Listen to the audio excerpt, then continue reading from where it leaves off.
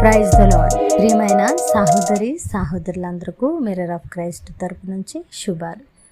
ప్రియమైనటువంటి వారులారా, మీరందరూ బాగున్నారని, అలాగే ప్రతిరోజు డైలీ వాగ్దానం ద్వారా ఆదరించబడుతూ ఉన్నారని విశ్వసిస్తూ ఉన్నాము.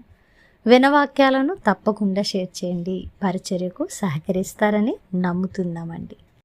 మరి ఈరోజు దేవుడు మనతో మాట్లాడుతున్న బలమైన వాగ్దానాన్ని ధ్యానం చేసి మన జీవితంలో పెట్టుకొని ఫలించేది వారముగా ఉందాం.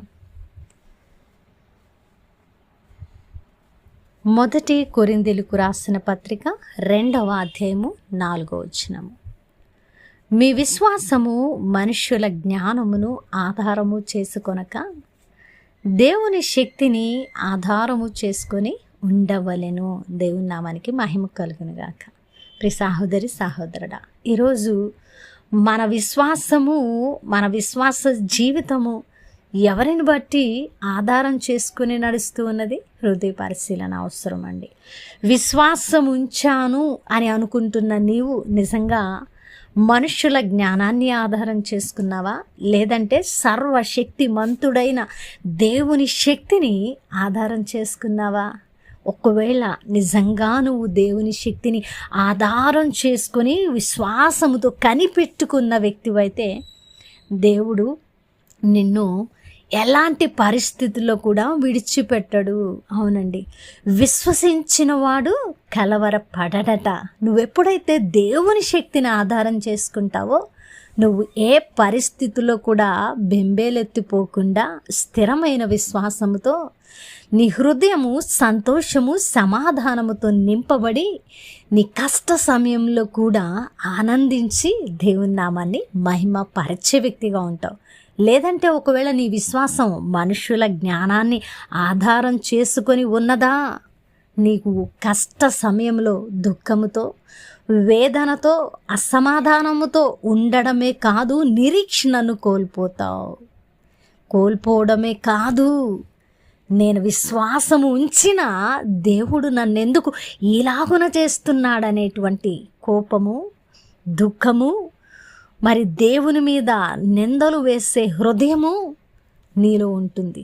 కాబట్టి ప్రియ సహోదరుడా, మనుష్యుని జ్ఞానాన్ని ఆధారం చేసుకోకు, దైవిక శక్తిని ఆధారం చేసుకో. ఆయన శక్తి ఉన్నతమైనది. ఆయన శక్తి నిన్ను శక్తిమంతుడిగా చేస్తుంది. ఎప్పుడో తెలుసా?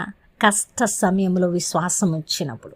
మరి అద్భుతమైన మాటను బట్టి ఆదరించబడ్డారని, మన యొక్క విశ్వాసము మనుషుల జ్ఞానాన్ని కాక దేవుని శక్తిని ఆధారం చేసుకుని ఉంటే తప్పక విజయాన్ని చూస్తామని దేవుడు ఈరోజు మాట్లాడిన ప్రతి మాటను బట్టి మరి మన హృదయాలలో మనము స్వపరిశీలన చేసుకుని దేవుని శక్తిని పొందుకుందాం.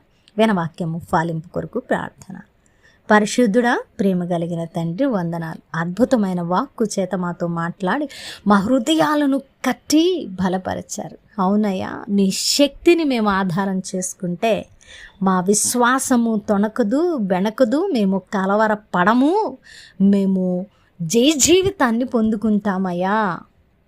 తండ్రి, మనుష్యుల జ్ఞానాన్ని ఆధారం చేసుకోకుండా మీ శక్తి మీద ఆధారపడే దయను, అట్టి భక్తిని మాకు అనుగ్రహించమని ఎవరు ప్రార్థిస్తున్నారో వారి పట్ల నెరవేర్చండి. అలాగే ఈ పరిచర్యకు సహకరిస్తున్న ప్రతి కుటుంబాన్ని దీవించి ఆశీర్వదించమని చేసిన ప్రార్థనకు దీవెన దయచేసి ఉన్నారని నమ్ముతూ ఈ ప్రార్థన నజరేయుడైన యేసుక్రీస్తు నామమున సమర్పించడానికి వేడుకుంటున్నాము తండ్రి, ఆమేన్. ప్రియమైన దేవుని బిడ్డలారా, వినవాక్యాన్ని షేర్ చేయండి, సహకరించండి. టీవీ పరిచర్యలు కొనసాగిస్తున్నాం. భారం కలిగిన పరిచర్య, ముందుకు రండి.